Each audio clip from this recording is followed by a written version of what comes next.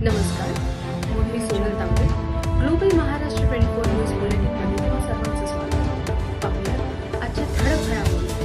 फक्त ग्लोबल महाराष्ट्र 24 वृत्तवाहिनीच्या आपल्या हक्काचे विचार. रक्षाबंधनचा कार्यक्रम मोठ्या उत्साहात इकडे साजरा होतो. आज आता तुम्ही प्रसिद्ध झालाय, एक वेगळा ह्याला एक वलय आलंय, काय सांगाल? खरं तर गेली वर्षानुवर्ष रक्षाबंधनचा उत्सव हा डोंबिवली शहरामध्ये सर्व इथल्या असणाऱ्या पार्टीबरोबर काम करणाऱ्या, विचाराबरोबर काम करणाऱ्या अशा सगळ्या भगिनी या रक्षाबंधनाच्या निमित्ताने हजारोच्या संख्येने डोंबिवली पूर्व आणि पश्चिम अशा दोन्ही ठिकाणच्या आमच्या कार्यालयामध्ये येत असतात. सकाळपासून त्यांना मी वेळ देत असतो. खरं तर वर्षानुवर्षाचे असणारे एक चांगले असे घरगुती असे संबंध असल्यामुळे प्रत्येकाला असं वाटत असतं की यावं आणि या रक्षाबंधनाच्या निमित्ताने राखी बांधावी आणि एक वेगळा असा आनंदही त्यामध्ये असतो.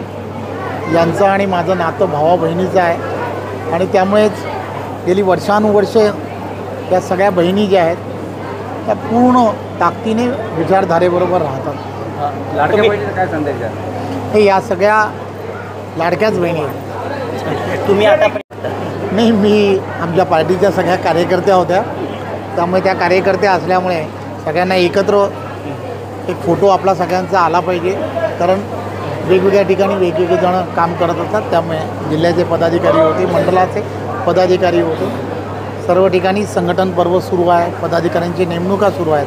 त्यामुळे त्यांना सांगितलं की आता येणाऱ्या काळात आपल्याला सर्वांना एकत्रपणे पार्टी आणि पार्टीची विचारधारा सामान्य जनतेपर्यंत घेऊन जायची आहे. त्यामुळे जसं माझ्याबरोबर राहता तसं एकत्र आपसामध्ये पण राहा, असं मी त्यांना सल्ला दिला. तर अनेक कार्यकर्ते पदाधिकारी संपर्कात आहेत तुमच्या आणि मोठा इंटरव्ह्यू सुरू आहे. सर्व देशभरामध्ये देशाचे पंतप्रधान आदरणीय नरेंद्र मोदीजी, महाराष्ट्राचे लोकप्रिय असे मुख्यमंत्री आदरणीय देवेंद्रजी, त्या दोघांच्या नेतृत्वामध्ये अतिशय चांगल्या पद्धतीचं काम संपूर्ण महाराष्ट्रामध्ये सुरू आहे, देशभरामध्ये सुरू आहे. त्यामुळे सर्व पक्षांमध्ये, महायुतीच्या प्रत्येक पक्षामध्ये, इतर पक्षातून वेगवेगळ्या सामाजिक पक्षांमध्ये काम करणारे अनेक जण हे महायुतीच्या सर्व घटक पक्षांमध्ये सुद्धा मोठ्या प्रमाणात येत आहेत.